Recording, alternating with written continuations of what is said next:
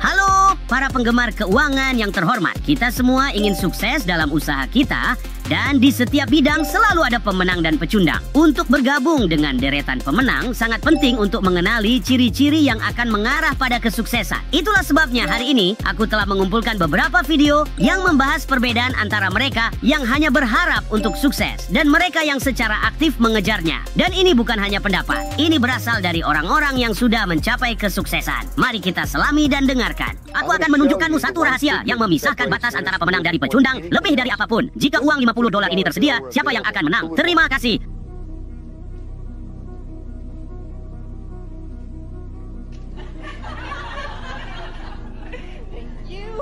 Baiklah, jangan pergi dulu, kembali. Beritahu kami namamu, Debbie. Apa yang dilakukan Debbie, tapi tidak dilakukan oleh orang lain? Dia bangkit dan bertindak. Seringkali kita hanya duduk dan menunggu, dan kita berharap, dan kita bermimpi, dan kita meyakinkan diri, dan kita berdoa, dan kita bermeditasi. Kita melakukan semua itu, dan semua itu penting. Itu bagian dari proses. Tapi pada titik tertentu, kesempatan muncul, dan jika kamu tidak bertindak, hanya duduk, kamu tidak mendapatkan $50. Oke, kedengarannya seperti nasihat yang sederhana, tapi ini sangat penting. Tidak peduli seberapa besar kamu menginginkan sesuatu, kamu tidak akan mencapainya tanpa mengambil tindakan. Omong-omong, aku sudah lama menelantarkan rodaku untuk olahraga, tapi hari ini aku memutarnya kembali karena aku bertekad mencapai tujuan penurunan berat badanku. Hehe. Jadi jangan hanya merencanakan, bertindaklah teman-teman, dan jangan lewatkan kesempatanmu.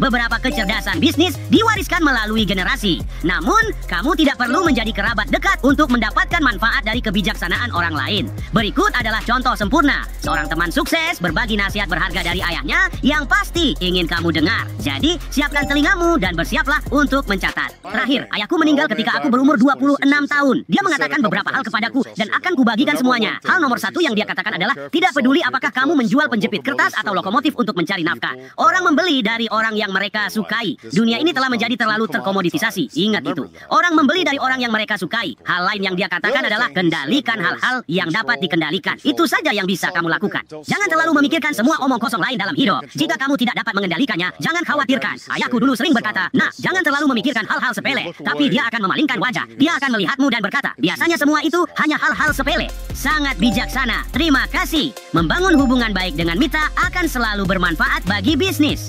Aku juga sangat menghargai saran tentang fokus pada hal-hal penting yang benar-benar bisa kita pengaruhi. Tips seperti ini tidak hanya membantu kita meraih kesuksesan, tapi juga menghemat banyak stres. Jangan lewatkan episode baru untuk terus menjadi lebih bijak dalam dunia bisnis. Sampai jumpa lagi, dan ingat, hamster adalah kekuatan. Semua untuk satu dan semua untuk satu.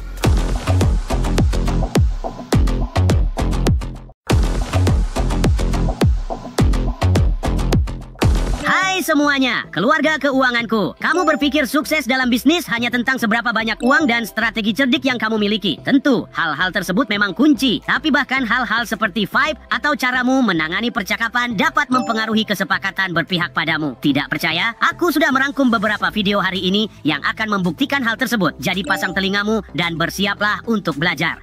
Aku tidak pernah mengajukan pertanyaan penting yang mencari jawaban ya. Aku selalu mencari jawaban tidak. Daripada mengatakan, apa kamu punya waktu sebentar untuk bicara? Apa sekarang waktu yang tidak tepat untuk bicara? Daripada mengatakan, apa kamu keberatan kalau aku mengusulkan ide? Aku akan katakan, apa kamu menentang kalau aku berbagi ide? Sederhana saja. Pertanyaan, apa kamu setuju? Menjadi apa kamu tidak setuju? Apa ini ide bagus? Menjadi apa ini ide buruk? Ambil pertanyaan di mana kamu mencari jawaban ya, dan ubah saja menjadi pertanyaan berjawaban tidak. Rasanya seperti bermain permainan pikiran. Tapi aku suka mempengaruhi alam bawah sadar seseorang untuk mendapatkan apa yang kita inginkan. Hari ini, aku akan mencobanya pada istriku. Aku akan bertanya, kamu tidak mau aku melewatkan menonton pertandingan dengan teman-teman, kan? Atau semacam itu. Nanti aku beritahu bagaimana hasilnya.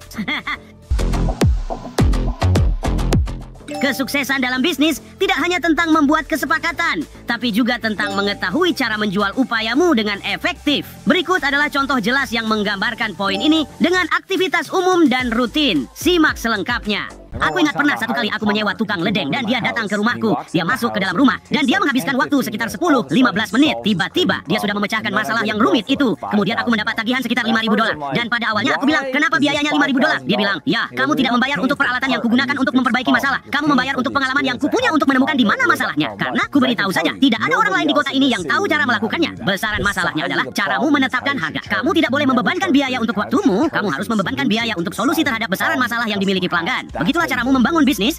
Itulah cara kerja pemenang sejati. Pengalaman juga sangat berharga. Kamu bisa berterima kasih kepadaku karena telah mengkurasi video-video ini secara gratis. Tapi jujur saja, aku melakukannya sebagian besar karena menyenangkan rasanya berkumpul bersama kalian. Bagaimana kamu menilai produk atau layananmu? Bagikan pemikiranmu di kolom komentar. Pengaruh bawah sadar dan penilaian yang tepat memang penting, tapi strategi negosiasi seringkali menentukan keberhasilan seorang penjual. Aku telah menemukan kelas master nyata tentang cara menjual produk atau layanan kita. Memang banyak yang bisa dipelajari darinya. Aku tidak mau menghabiskan lebih dari $1.000. Aku paham, 1.000 adalah jumlah yang banyak bagimu. Aku mendengar kekhawatiranmu. Saksikan bagaimana jenius ini membuat kesepakatan dengan harga 4 kali lipat. Aku ingin mengajukan sesuatu yang lain. Silakan, aku akan membuat video untukmu secara gratis. Jika kita mendapatkan hasil yang kamu inginkan, aku ingin mendapatkan persentase dari hasil tersebut. Itu terdengar fantastis. Berapa persentase yang kamu pikirkan? Baiklah, kita sedang membicarakan tentang mengukur perbedaan antara lalu lintas dan pendapatan yang kamu dapatkan. Ada banyak hal yang bisa aku kontrol. Jadi yang ingin kulakukan adalah dibayar untuk setiap pelanggan baru yang masuk ke pintumu. Karena kamu mengatakan setiap pelanggan akan menghabiskan $100 denganmu. Mari kita bagi dua, $50.